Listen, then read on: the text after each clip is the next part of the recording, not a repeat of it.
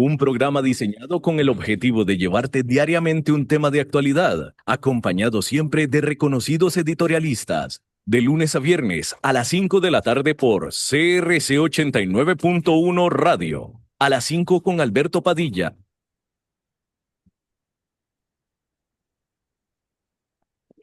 Hola, ¿qué tal? Saludos, bienvenidos a esta emisión de A las 5 con su servidor Alberto Padilla. Muchísimas gracias por estarnos acompañando. Gracias por estar ahí. Le mando cálidos saludos desde la señal de CRC 89.1 Radio en San José, Costa Rica, desde donde estamos transmitiendo hasta el punto, en el tiempo, en el espacio en el que usted nos está escuchando, porque estamos saliendo en diferentes vías simultáneamente, por ejemplo en Facebook Live, en la página de este programa, A las 5 con Alberto Padilla. Estamos disponibles en el canal de YouTube de este programa. Estamos en podcast en las principales plataformas, Spotify, Apple Podcast, Google Podcast y otras 5 importantes más. Aquí en Costa Rica, este programa que sale en vivo en este momento a las 5 de la tarde, se repite todos los días a las 10 de la noche aquí mismo en CRC 89.1 Radio. En esta ocasión me acompaña, como usualmente lo hace, tratando de controlar los incontrolables, el señor David Guerrero y la producción general de este programa, siempre poderosa, desde Colombia, a cargo del señor Mauricio Sandoval.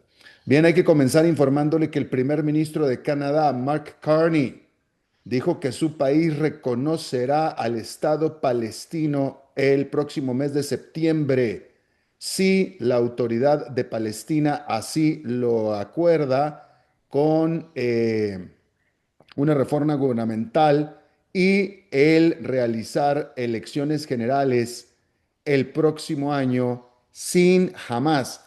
Esto es interesante e importante porque Carney, el de Canadá, está haciendo algo diferente y notable con respecto a lo que hicieron primero Emmanuel Macron de Francia y después Starmer de la Gran Bretaña, que no pusieron condiciones. Acá Carney está poniendo condiciones y me parece que son condiciones muy válidas e interesantes. Básicamente está ofreciendo el apoyo de algo que, o sea, el apoyo a algo que los palestinos están buscando muchísimo, que es reconocimiento por parte de países importantes y países influyentes, ¿sí? Pero a cambio de que salga Hamas. Y esto es importante porque al final, muy importante, al final el problema real de los israelitas no es el pueblo palestino, es quien los gobierna. Esa es la gran diferencia y es Hamas. Ese es el problema. Ahora, ya que si el pueblo palestino apoya a Hamas o no apoya a Hamas, ese es otra discusión un poco diferente. Pero el verdadero problema es Hamas. Ese es el verdadero problema. Y muy probablemente, si jamás se hubiera ido desde hace algún rato, no estarían pasando las cosas que están pasando en este momento en Gaza a manos, presuntamente, bueno, es a manos de los israelíes, ¿sí? Pero generado por Hamas, porque al final lo que está haciendo Israel es combatir y eliminar a Hamas. Ya hemos hablado mucho de esto. Israel no está con la intención de eliminar masivamente al pueblo palestino. No es esa la intención. Está eliminando efectivamente al pueblo palestino porque Hamas está en una posición de que si me llevas a mí, te llevas a todo el pueblo palestino de corbata conmigo. Y no me queda claro si esto sea con la venia del pueblo palestino, pareciera que lo es. Pareciera que lo es. ¿Sí? E Israel ha dicho, ok, pues entonces si eso es lo que hay que hacer, eso es lo que hay que hacer. Pero yo lo que estoy haciendo es yendo por ti jamás. ¿Sí? Entonces, si jamás se hubiera ido, el pueblo palestino no estaría pasando por las penurias que está pasando en este momento, que son de las peores penurias que puede haber posibles para un ser humano en este momento, al grado de la hambruna ya. Así que esta idea, esta oferta del primer ministro de Canadá me parece muy importante y realmente valiosa. Condicionar su apoyo al pueblo palestino. Hay que decir que más temprano, un miembro del gabinete de Israel, de nombre Seb Elkin, sugirió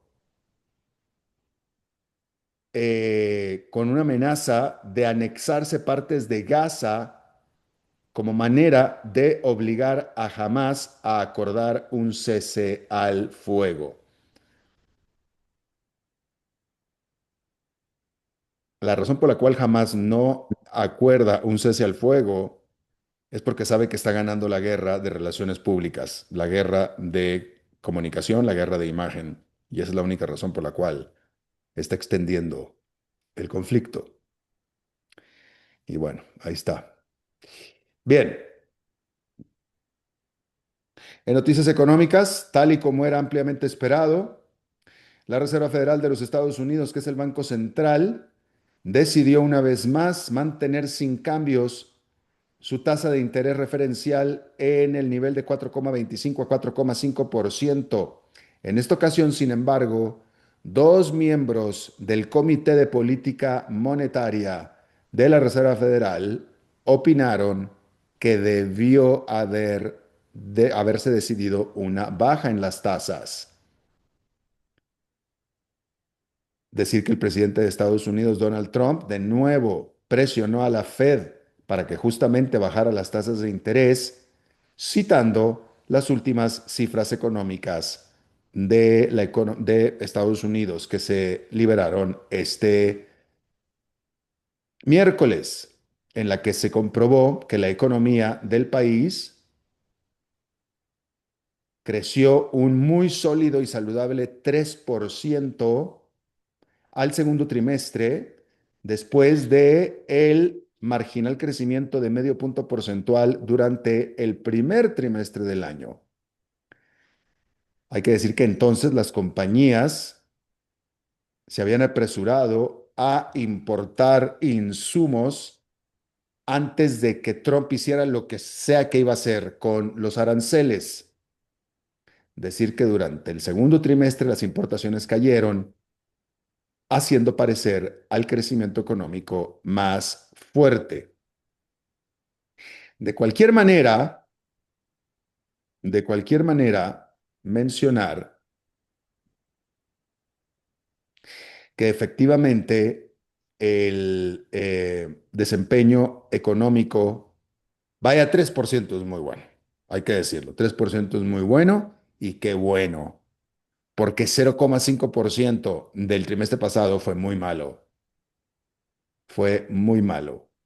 Eh, y discúlpeme, y discúlpeme.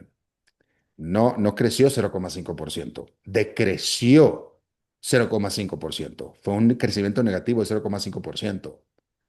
Con lo cual, si se hubiera confirmado esa tendencia este trimestre, estaríamos confirmando ya una recesión económica. No sucedió, al contrario, hubo un rebote económico. Parece ser que es un rebote exagerado por las distorsiones creadas por usted ya sabe quién, pero de cualquier manera no puede ser demasiado muy alejado el número subyacente o real de 3%. De tal manera que 3% o cualquier cosa, o sea, si fue 2% fue muy bueno el número real, pero fue 3. Así es que está excelente. Qué bueno, afortunadamente. Esto es buenas noticias para América Latina y para Centroamérica y para América Latina en general y para todo el mundo y para todo el mundo en general. Creo que la economía de Estados Unidos es la economía más grande del mundo. Así es que es excelente noticia. Mientras tanto, hay que decir que el presidente Donald Trump decidió imponer aranceles a Brasil, subírselos del 10 al 50%. Todo lo que Brasil exporta a Estados Unidos tendrá un arancel del 50%. Decir que la Casa Blanca dijo que el gobierno izquierdoso de Brasil ha practicado políticas que representan, dijo la Casa Blanca, una amenaza extraordinaria a la seguridad de Estados Unidos. Obviamente se refieren a el asunto de Jair Bolsonaro. De hecho, la Casa Blanca impuso sanciones en contra del juez encargado del caso o del el juicio al expresidente Jair Bolsonaro, aliado a Donald Trump, tan aliado que ahora resulta, ahora, otra cosa, bueno, podemos hablar mil cosas de esto. Donald Trump se está inmiscuyendo, está haciendo injerencia, metiéndose en, ya ni siquiera en la política interna de un país, no, en la justicia interna de un país, en la justicia interna de un país, totalmente. Eh, claro, Jair Bolsonaro es el opositor número uno, lo que usted quiera, pero clarísimamente el tipo rompió la ley, clarísimamente. Y Donald Trump también. Donald Trump también, ahí es una calca, es una repetición, es una calca por completo. Y nadie se robó las elecciones en Brasil como nadie se las robó en Estados Unidos tampoco.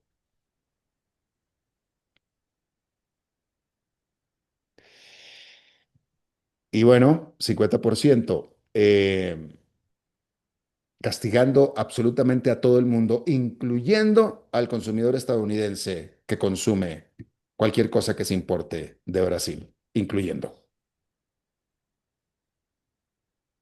Así es que lo tiene usted. Adicionalmente, el presidente Trump también anunció aranceles del 25% a las importaciones de la India a partir del 1 de agosto.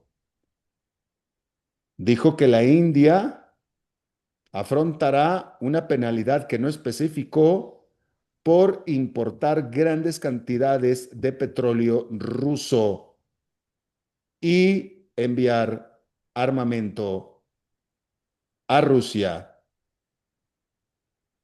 a pesar de la guerra de Ucrania, con lo cual básicamente está apoyando la campaña rusa sobre Ucrania. Esto es importante porque la India es un gran socio comercial de Estados Unidos y viceversa. Y por cierto, hoy se informó que por primera vez en la historia, básicamente, China dejó de ser el primer país del mundo productor de teléfonos celulares o teléfonos inteligentes. Por primera vez. Ahora fue sobrepasado justamente por India. ¿Y dónde cree usted que, o qué cree usted que va a pasar ahora con los teléfonos celulares producidos en la India? 50%. Por cierto, los teléfonos de Apple, Apple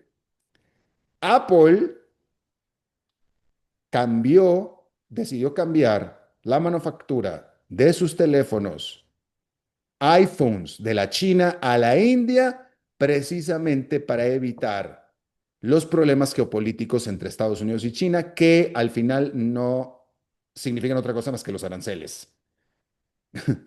Y entonces lo cambió a la India, donde ahora parece ser que le fue incluso hasta peor, porque como lo vamos a ver en este momento, bueno, ya lo informamos ayer. China y Estados Unidos acordaron una tregua en su guerra comercial mientras siguen negociando, mientras que a la India ya se le propinó un arancel del 50%. Muy probablemente vaya a cambiar esto, muy probablemente. Vamos a ver. Pero por lo pronto, en teoría, los iPhones hechos en la India tendrían un arancel del 50%. Esto es criminal, esto es tremendo golpe para Apple. Y bueno, también lo que subraya es la imposibilidad de ser un industrial en esta época con este presidente de Estados Unidos. No puedes planear, o sea, es imposible, ¿no? Bueno, ahí lo tiene usted. Bueno, decir que el gobierno de Donald Trump también Dijo que el arancel del 50% a las importaciones de productos de cobre, incluyendo tubería y cables, comenzarán a tener efecto a partir del viernes.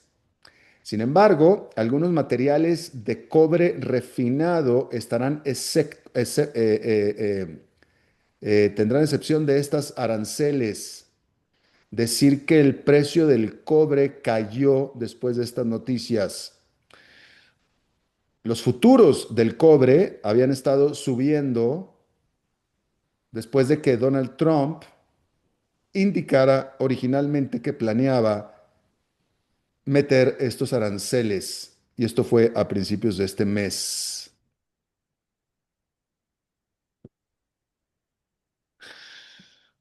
Bien, el gran banco HSBC reportó que sus utilidades al segundo trimestre cayeron un 29% anual a 6.300 millones de dólares.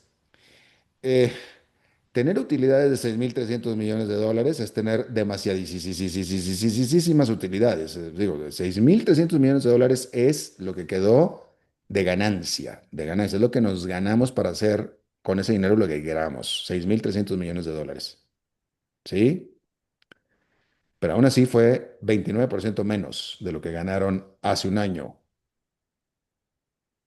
Y solamente estamos hablando del segundo trimestre del año. ¿Sí? Hay que decir que el HSBC perdió en valorización 2.100 millones de dólares en la participación que tiene en el Banco Chino de Comunicaciones, el China's Bank of Communications. El banco se llama el Banco de Comunicaciones. Yo hubiera entendido un banco agrícola, un banco minero, un banco industrial, un banco comercial, pero un banco de comunicaciones. ¿Qué onda, no? Pero en fin. Hay que decir que este Banco de Comunicaciones de China es del Estado y decir que la participación de HSBC en este banco perdió 2.100 millones de dólares después de que el banco rechazara una recapitalización por parte del gobierno. Desconocemos los detalles. Hay que decir que los gastos de operativos del HSBC subieron 10% en parte por los pagos de liquidaciones que tuvo que hacer por recorte de personal. Decir, sin embargo, que su división de administración de portafolios tuvo un buen desempeño, ayudado por un rebote que hubo en la actividad de compraventas corporativas.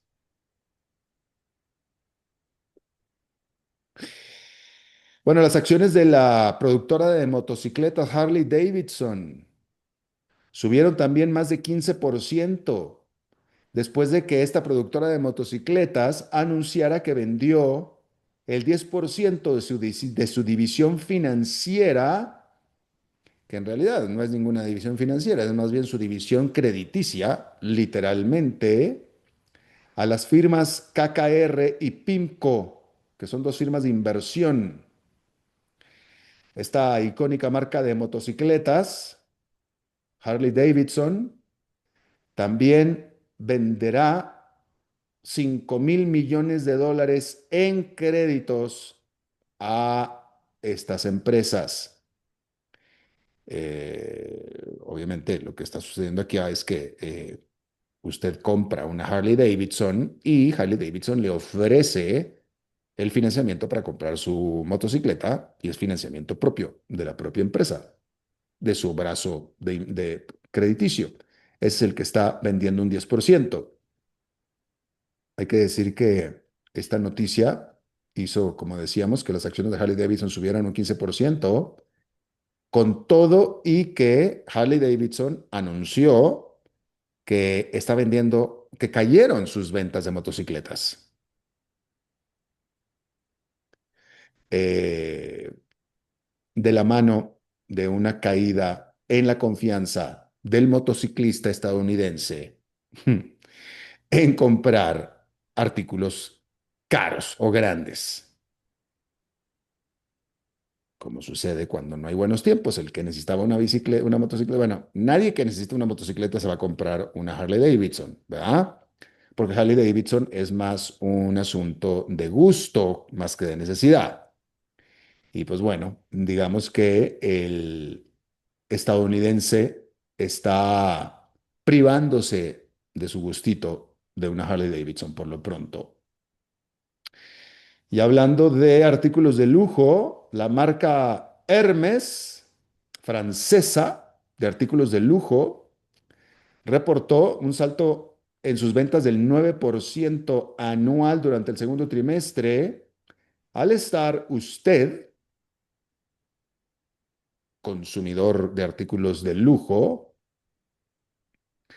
adquiriendo de manera sólida, específicamente los bolsos Birkin de Hermes.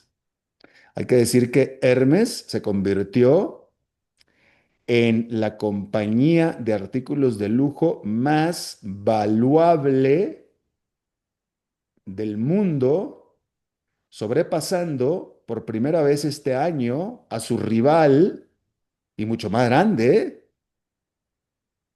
LVMH, o sea, Louis Vuitton. Decir que a pesar de estos muy buenos resultados, las acciones de Hermes cayeron por 4%, reflejando los temores que existen respecto de toda la industria de artículos de lujo del mundo, porque la gente está comprando un poquito menos, específicamente los chinos. Usted sabe que los chinos son los que empezaron y mantuvieron impulsando a los artículos de lujo durante gran parte de este siglo, pero ya no, porque a los chinos les está yendo bastante mal. Y luego encima vienen los americanos, por la razón que le estaba mencionando es un poco también, ¿no? Entonces, pero Hermes está siendo una excepción. Ahí lo tiene usted. Y la que perdió el liderato es Louis Vuitton, Louis Vuitton, mejor conocida como LVMH. Bien. Am, bien, déjeme informarle que otra que presentó sus resultados este miércoles y le fue re bien fue nadie menos que Meta. Meta, que es la matriz de Facebook y de WhatsApp y de Instagram. Ok, se está informando en este momento que el presidente de Estados Unidos, Donald Trump, también alcanzó ya lo que le llaman un acuerdo comercial con Corea del Sur, a quien se le estableció también aranceles del 15%. Corea del Sur, uno también de los principales socios comerciales de los Estados Unidos. Déjame, este asunto de acuerdo comercial es un eufemismo, ¿va? Digo, suena hasta chistoso, porque pues, no es ningún acuerdo comercial. O sea, lo que está haciendo Donald Trump, y por cierto que le recomiendo mucho la entrevista que tuvimos antier, la entrevista del lunes que tuvimos al respecto de estos acuerdos, deals que estaba informando el presidente Donald Trump con los países, con el economista Claudio Lozer, un economista muy reputado, y le recomiendo muchísimo esa entrevista, pero lo que le quería comentar es que acuerdos, mis narices, esto no son acuerdos. O sea, discúlpeme, pero aquí lo que está haciendo Donald Trump es bulear, bulear, torcerle el brazo a sus socios comerciales. O sea, simplemente es, a ver, ahorita tenemos libre comercio tú y yo. Entonces, ¿me vas a aceptar que te cobre general un arancel del 15%? Porque si no aceptas, te lo va a cobrar de 30 o 50%. ¿Tenemos un acuerdo? Bueno, pues si me la pones así, pues entonces, ok, vamos a dejarlo en 30. Perfecto, estamos de acuerdo. No, pues ese no fue ningún acuerdo. Me acabas de bullear. Y eso es lo que está haciendo Donald Trump. O sea, discúlpeme, un acuerdo comercial, pues para eso existe la OMC, ¿sí? Porque un acuerdo comercial es algo muy complicado de acordar y se lleva años de negociaciones entre gente experta. Pero acá ni tenemos un experto y no se está llevando ni años, ni son negociaciones y se están determinando básicamente en días. ¿Cómo? Pues simplemente con la oferta que le acabo de decir. Te voy a cobrar 15% y me vas a pagar 15% de todo lo que yo te compre, de todo. Y si no te gusta, entonces te cobro el 30 o el 50. ¿Qué eliges? No, pues el 15. Perfecto, ya estamos de acuerdo. Qué gran acuerdo comercial. No es ningún acuerdo comercial. Pero al menos de lo que se saca, que es importante, es que hay certidumbre. Al menos ahora sí hay certidumbre. ¿Qué esa es la diferencia? Muy importante entre el crecimiento de 3% de la economía de Estados Unidos del segundo trimestre al decrecimiento de 0,5% del primer semestre, del primer trimestre. Porque el primer trimestre era una incertidumbre total y ahora ya hay certidumbre. Eso ayuda. Eso es bastante importante. Le decía yo que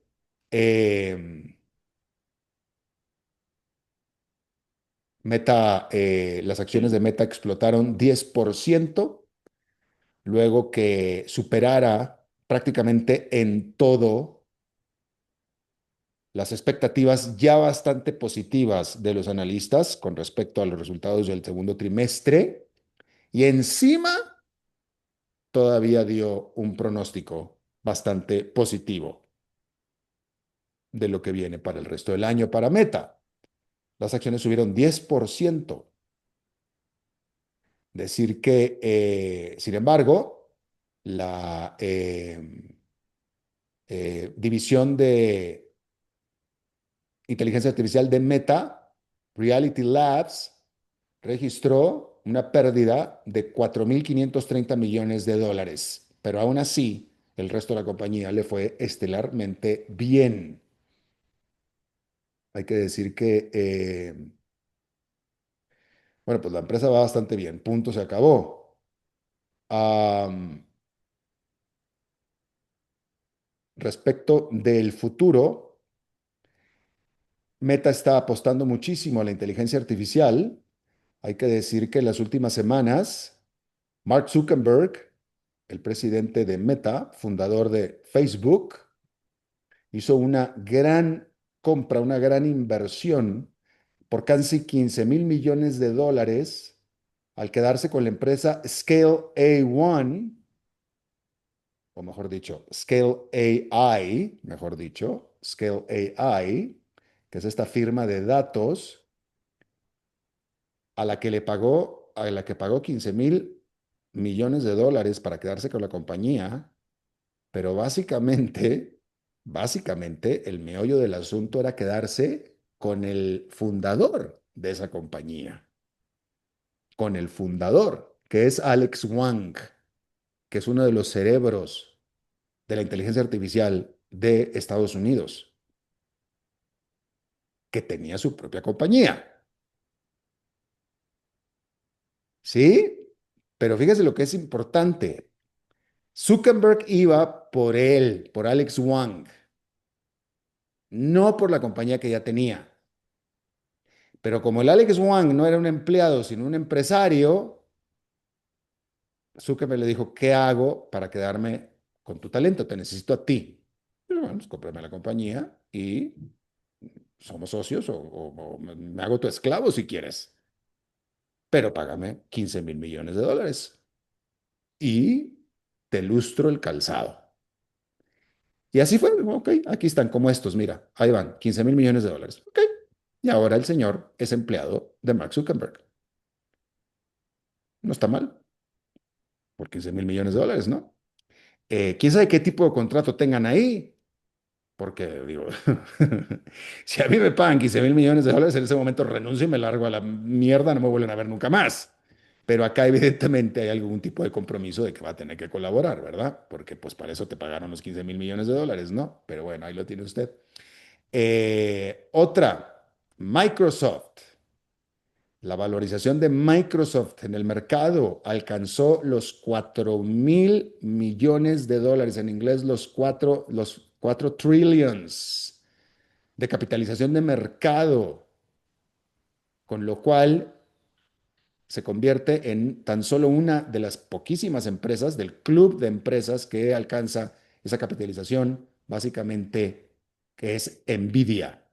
Y no mucho más, ¿eh? No mucho más. Así es que ahí lo tiene usted. Vamos a hacer una pausa y regresamos con nuestra entrevista de hoy.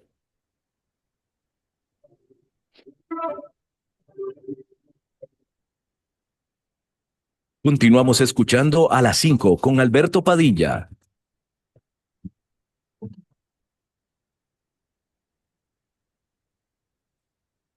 Cuando vos estás bien, todo a tu alrededor mejora.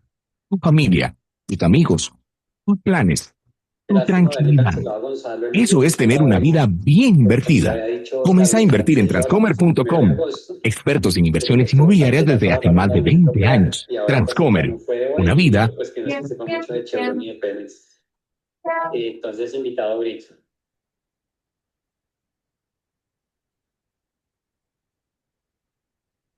Regresamos a las 5 con Alberto Padilla por CRC 89.1 Radio. Muchísimas gracias por continuar con nosotros. Bueno, vamos a pasar a hablar de los últimos acontecimientos, noticias que se están dando en el mercado petrolero. Hace algunas semanas que no platicamos con nuestro experto petrolero favorito, basado en la capital petrolera de Occidente, que es Houston, Texas, Jaime Brito. ¿Cómo estás, Jaime? Me da mucho gusto saludarte. Hola Alberto, ¿cómo estás? Buenas tardes, un gusto Igual, saludarte. igualmente a ti, para ti también.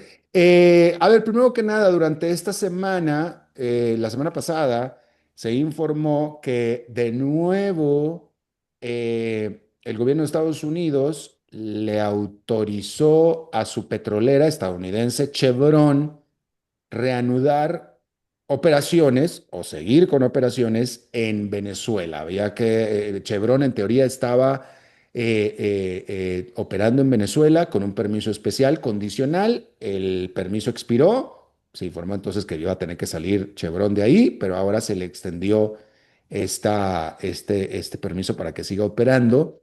En lo que no me queda a mí muy claro si es una eh, espaldarazo para Chevron o para el régimen de Nicolás Maduro en Venezuela.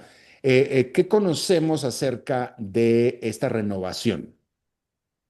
Pues Alberto, en medio de todo lo que ha pasado con Medio Oriente, las negociaciones comerciales con la Unión Europea, el tema de Hamas y tantos otros en los que ha estado participando el presidente Trump y la administración aquí en Estados Unidos, este tema de Chevron con PDVSA realmente, hasta donde yo he buscado y no he encontrado, no he visto una declaración oficial de parte de la Casa Blanca que confirme la nota que dio a conocer la semana pasada un periódico famoso. Pero de hecho no he escuchado a nadie que lo desmienta tampoco. Ya, entonces, qué bueno que lo aclaras. Entonces, es información de los medios no confirmada oficialmente. Correcto, así es. Y lo que se informó fue lo siguiente, respondiendo a tu segunda pregunta. Se dice que este nuevo permiso está blindado, digamos, de tal forma que se asegura de no otorgarle ganancias monetarias al régimen de Maduro, pero que está enmarcado en un contexto de negociación, de intercambio de presos, de personas liberadas. Mm. Entonces, aparentemente, por lo que entiendo, el régimen en días pasados habrá liberado 5, 10, 15 personas. Desconozco la cantidad exacta y el contexto de esta liberación de personas, si fueron ciudadanos americanos o de otra nacionalidad, incluso venezolana, pero es lo que se comenta en este reportaje del periódico. Y dice que debido a este reconocimiento de esta participación del régimen venezolano, entonces se le otorga este permiso a Chevron, en donde básicamente lo que se trata es que Chevron siga aplicando su conocimiento y su tecnología dentro del territorio venezolano, extrayendo petróleo y ese petróleo se permite exportar a los Estados Unidos, a sus activos mismos de Chevron, y Chevron le da un porcentaje de participación al gobierno venezolano a través de barriles de petróleo, nada Ujú. más. No Ya. hay pago de regalías, no hay pago de ningún otro impuesto ni nada. Y con esto lo que está descrito de nuevo en esta información no oficial es que es un permiso temporal de 6 meses Mm. hasta que se revise la situación y se revalúe a ver si vuelve a extenderse hacia principios de año. Es lo que conocemos. ¿Hasta qué punto esto es muy importante para Chevron? Estoy tratando de utilizar tu experiencia y tu conocimiento de la industria petrolera de Estados Unidos para conocer qué tan importante es este negocio de Venezuela para una gigante petrolera como Chevron.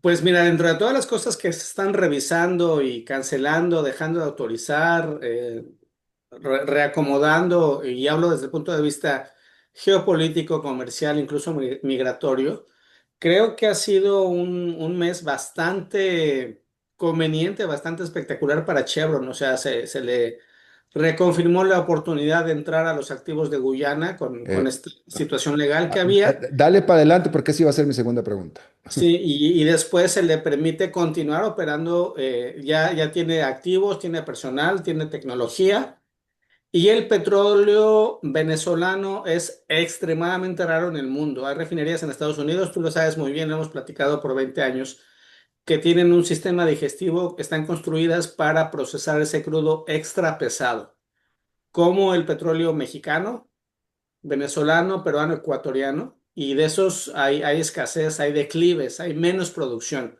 México está produciendo como 1.3 millones de barriles por día, cuando en su momento estuvo produciendo 3.4 millones. Entonces, con una gran escasez de crudo venezolano pesado, el hecho de que Chevron pueda ir y extraer su propio crudo para dárselo a sus refinerías, en mi opinión, le da una buena ventaja competitiva porque otros competidores de la zona aquí en el Golfo quisieran tener un crudo como el venezolano, que es pesado, es barato y le permite tener altos rendimientos en un mercado muy competitivo. Entonces, en general, es bastante positivo para la operación de Chevron. Entonces, tan positivo que pudiéramos pensar, vaya, las petroleras siempre han tenido muchísima influencia en Washington, pero este gobierno en particular es bastante influenciable por parte de las petroleras. Entonces pudiéramos estar seguros, afirmar que la influencia de Chevron en Washington tuvo que haber funcionado para todo esto, Pues mira, para ese Venezuela. contexto sí lo desconozco. O sea, en el sentido de posición política, de lo que son, digamos, los partidos, etcétera, las campañas, hay claramente una marcada preferencia por tecnología limpia, por combustibles alternos. Se dieron grandes incentivos y subsidios y programas fiscales, No, etcétera, para no con en este la, gobierno. en la administración Biden. Ah, Y esta posición, esta narrativa, este estilo actual republicano, está del otro lado del pasillo, ¿no? Está enfocado a continuar apoyando hidrocarburos o por lo menos disminuir los apoyos a combustibles limpios. Y en ese contexto, pues yo creo que se escuchan a todas las empresas de hidrocarburos, etcétera. Desconozco realmente la relación ya. directa o personal que haya. Lo que sí es que en algún momento, en la primera administración de Trump, había gente que fue exdirectiva de ExxonMobil en aquella administración de Trump. Entonces, no sé realmente cuál sea la relación con Chevron y desconozco si existe alguna. Seguramente que sí, pero bueno, avancemos en otro tema. Bueno, primero que nada, algo que comentar con respecto a la determinación que se dio en el pleito legal que tenían precisamente Chevron con ExxonMobil, esta lucha de gigantes. Pues creo que es una gran victoria, como bien lo comentas, era una lucha de gigantes, es una estrategia interesante. En inglés le comentan que es entrar por la puerta de atrás, o sea, tienes tres socios y un competidor decide comprar al socio del medio para poder entrar a participar en la fiesta, mientras que a los otros socios no se les ocurrió primero Mm. tratar de adquirir o comprar al socio del medio, ¿no? Entonces los otros dos socios decían, bueno, no, nosotros tenemos derecho a aceptar o no aceptar a una persona que compre, pero la forma de interpretar legalmente cómo estaba escrito la asociación y la participación, se le dio la razón a Chevron, que compró a Hess. Y bueno, creo que de nuevo es una gran victoria comercial y competitiva para Chevron, porque uno de los pocos regiones que tiene posibilidades de incrementar producción petrolera en los próximos años por mucho es Guyana y ya está participando ahí, aparte de todo lo que participa en otras partes de producción de Estados Unidos y de refinación, etcétera. Ahora, en Guyana participan, por tanto, conjuntamente ahora Chevron y ExxonMobil, ¿cierto? Correcto, O sea, correcto. no es de que ExxonMobil queda fuera de la jugada, lo que pasa es que ExxonMobil quería quedarse con todo. Exacto, sí, conserva su participación mayoritaria, es el principal socio, pero lo comparte con CNOOC y con Chevron ahora. Ya, ya. Bien. Pemex de México. Pemex acaba de recibir una infusión de capital, literalmente, por parte Ujú. del gobierno de México por 10.000 millones de dólares, presuntamente porque Pemex no tiene plata. O sea, la inferencia, la afirmación es que contablemente Pemex está quebrada. Yo te pregunto a ti. Eh, o sea, obviamente tú eres experto petrolero, pero la pregunta es que el petróleo es tan mal negocio como para que una petrolera como Pemex esté quebrada. Es decir, hay otras, ¿quiere decir esto decir que el resto de las petroleras están con problemas también? Hay otras petroleras estatales como Pemex que están igual en los mismos problemas de Pemex, o este es un Ujú. problema exclusivo de Pemex. Desgraciadamente, Alberto, ha sido una bola de nieve que ha continuado creciendo, es una papa caliente que se ha seguido calentando por años y no es un tema ni de la administración actual ni de la pasada, es de hace 5 o 6 administraciones desde mediados de los 80 mínimo, en que Pemex siempre se le vio, como tú lo sabes muy bien, se comentaba coloquialmente como la vaca, ¿no? Como la gallina de los huevos de oro, como lo que se podía explotar en cuanto a capital, a flujo de efectivo para que el gobierno financiara o gastara dinero en campañas o en obras, etcétera, en gasto social. Esto fue por décadas y cuando Pemex no se le permite reinvertir sobre todo en mayor exploración y producción y continuar perforando pozos, desarrollar aguas profundas, por ejemplo, en el Golfo y tantas otras oportunidades que tuvo durante décadas, de repente llega un momento en que su deuda crece y un buen porcentaje del dinero que te entra es para pagar deuda. Y si en esa condición el gobierno te sigue sacando dinero de lo que ganas, de lo que recaudas, para sus gastos sociales, etcétera, pues el problema siempre ha sido más grande, ¿no? En este contexto, Pemex, como cualquier empresa grande en el mundo, y como cualquier petrolera, ha estado utilizando la estrategia de renegociar deuda. Se le vencen pagares este año y entonces cuando se van a vencer emite otros nuevos instrumentos de deuda para con ese dinero que reciba págalo inmediato y entonces vas empujando, vas pateando el bote. Eso lo hacen todas las empresas del mundo. El problema es cuando en todo este contexto hay decisiones de inversión que podrías haber no decidido, ¿no? Llevar a cabo, por ejemplo, la inversión en nuevas refinerías o en otros activos que, no, que si tenían sentido o no tenían sentido comercial, social, económico, es una discusión bastante grande, pero en ese contexto, pues Pemex llega al 2025 y está muy endeudada por acreedores financieros, económicos y por proveedores que han dado equipo, material, etcétera, y que también tienen una deuda tremenda que es una discusión interna doméstica en México bastante fuerte, porque se dice que empresas, ciudades, como por ejemplo en Tabasco, etcétera, Villahermosa, dependen bastante de la economía de Pemex y cuando Pemex no le paga a los proveedores, pues hay una caída Claro. sensible en la actividad comercial y social. ¿Existe otro ejemplo de otra petrolera estatal que tenga la misma situación de Pemex, que esté quebrada en el mundo?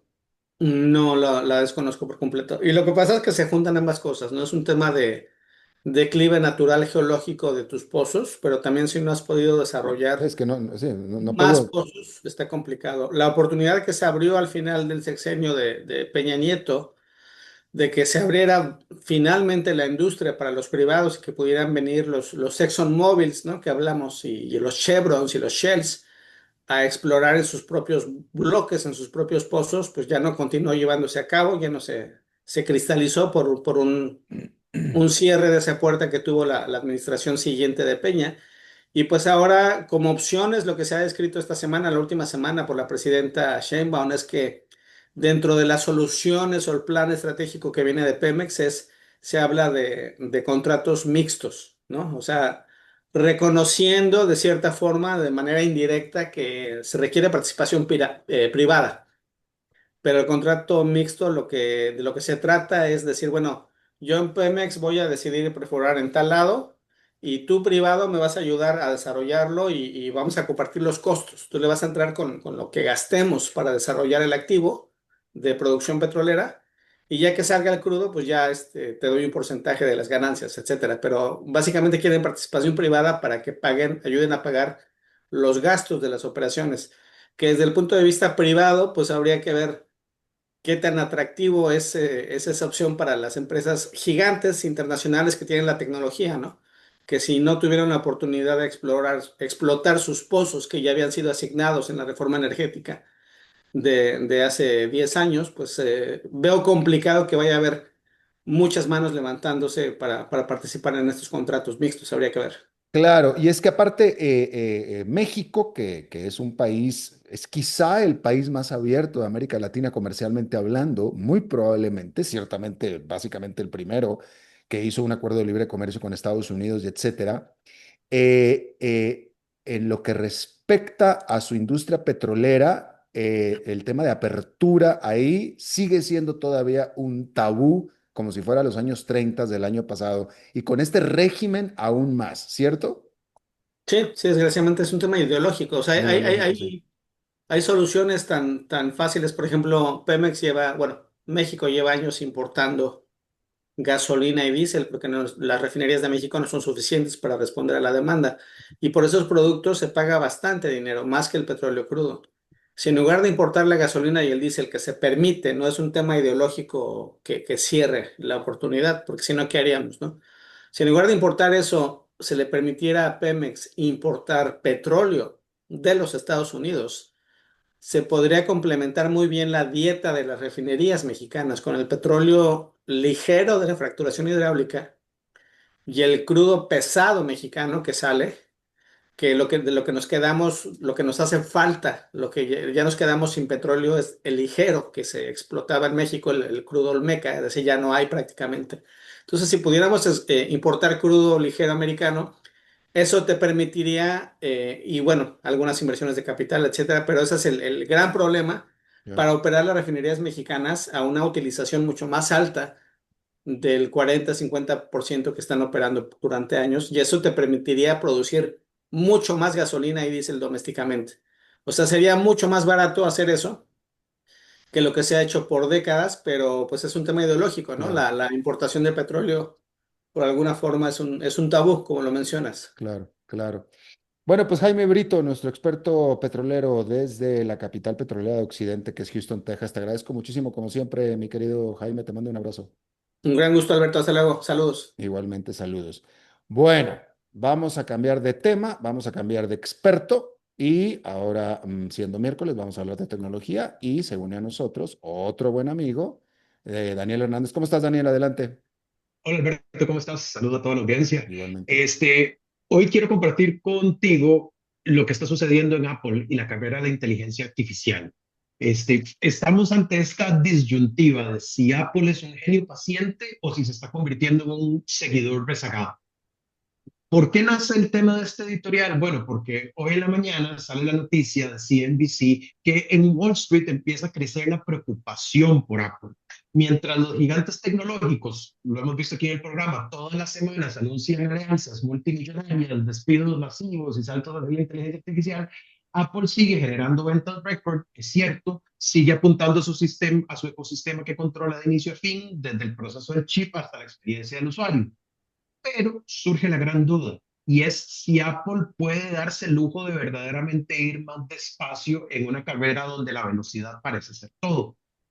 Entonces, un modelo probado, esperar y perfeccionar.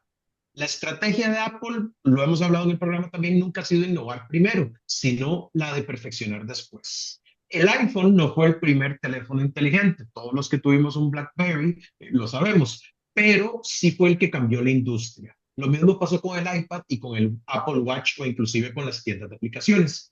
Este modelo de dejar que otros experimenten y luego llegar a nosotros con la forma ganadora responde a algo más que paciencia. Apple gestiona una cadena de suministro global complejísima. Entonces, para ellos, una apuesta equivocada puede costar miles de millones. Y sobre todo, la confianza de un ecosistema que presume integración total. Por eso, cuando se trata de inteligencia artificial, la compañía parece estar siguiendo la misma receta: observar, ajustar y lanzar solo cuando lo puedan hacer con la calidad de Apple. Ahora, ¿dónde está el dilema?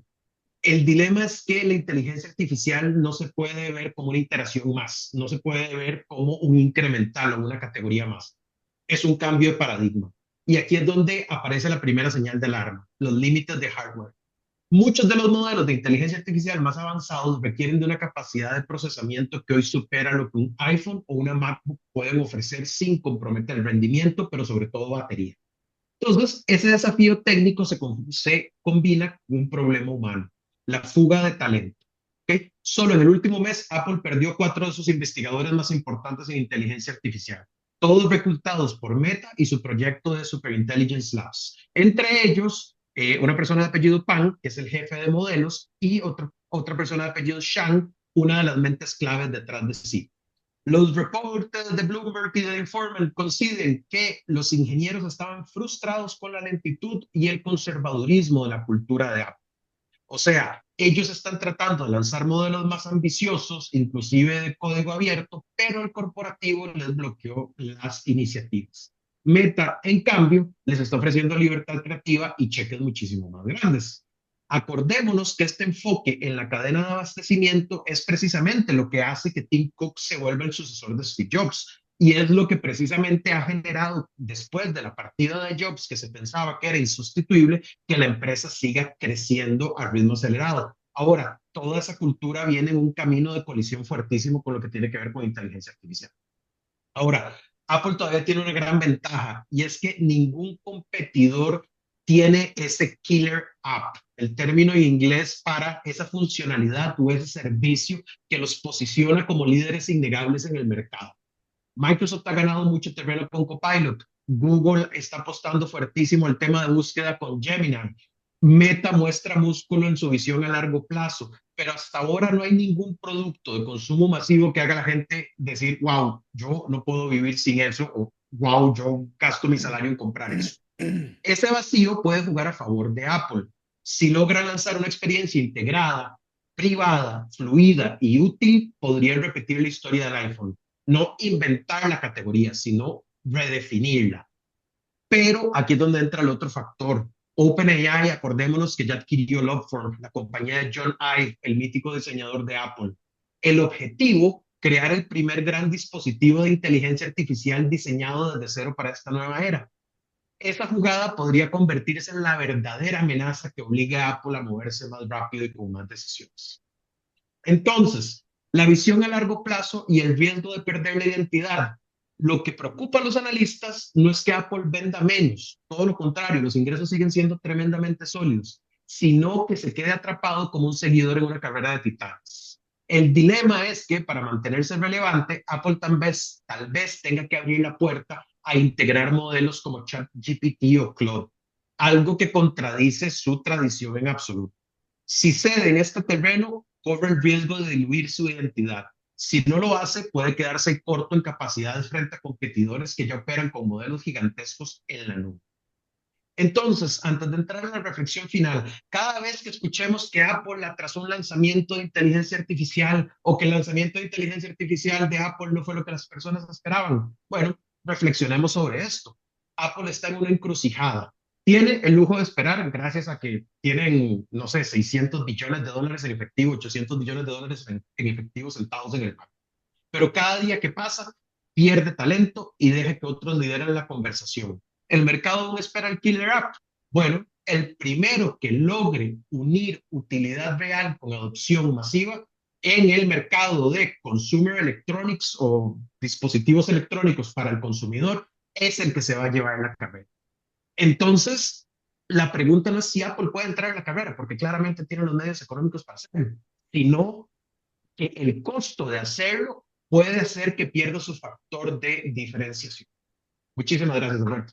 Gracias a ti, Daniel Hernández, te lo agradecemos mucho como cada miércoles y nos vemos el miércoles siguiente. Y bueno, eso es todo lo que tenemos por esta emisión de A las 5 con su servidor Alberto Padilla. Muchísimas gracias por habernos acompañado. Espero que termine su día en buena nota, en buen tono y nosotros nos reencontramos en 23 horas. Que la pase muy bien. A las 5 con Alberto Padilla fue traído a ustedes por Transcomer, puesto de bolsa de comercio. Construyamos juntos su futuro. Somos expertos en eso.